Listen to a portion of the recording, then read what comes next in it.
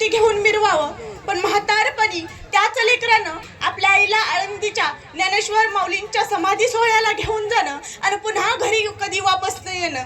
जसं की श्रावण बाळ आपल्या आईवडिलांना काशीला घेऊन जातात, अगदी त्याचप्रमाणे माझ्या वडील सुद्धा त्यांच्या आईला म्हणजेच माझ्या आजीला आळंदीला घेऊन जातात.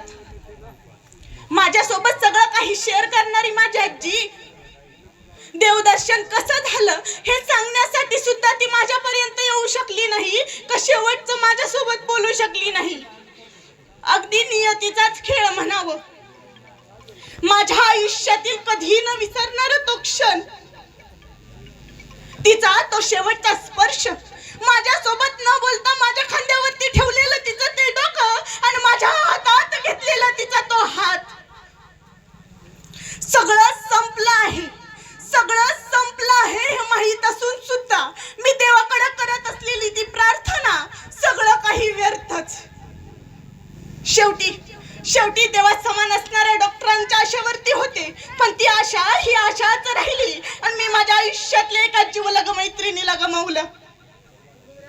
एका नातीच्या आयुष्यात तिच्या आजीचं असणं म्हणजे नक्की काय असतं, तर संस्कारांची शिदोरी असते आजी. संस्कारांची शिदोरी असते आजी. नातीसाठी तिची पहिली मैत्रीण असते आजी. नात आजारी असल्यावरती तिची काळजी घेणारी माय असते आजी. अमाप अशा प्रेमाची साठवण असते आजी.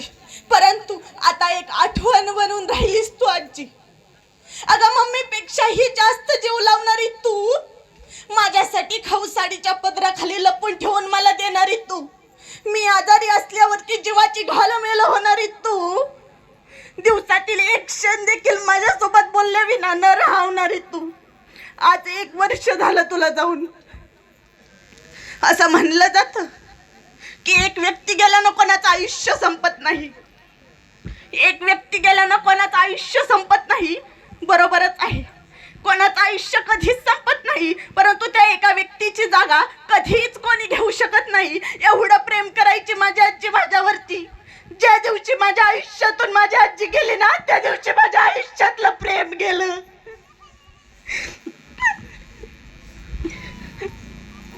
आज भरलेल्या घरात काहीतरी हरवल्यासारखं वाटतं. आज भरलेल्या घरात काहीतरी हरवल्यासारखं वाटतं आणि सगळे सोबत असताना देखील एकटं वाटतं. दुसऱ्याची आजी बघितली की मन माझं खसतं, मग आठवून तिला तेच मन पुन्हा रडतं. म्हणून आजीच्या प्रेमाला कुठलंच मोल नसतं, कारण ती माझ्यासाठी आई तर नाही, पण आईपेक्षाही श्रेष्ठ होती. सगळं काही शेअर करणारी मी आज एकांतात बसून तिची आतुरतेनं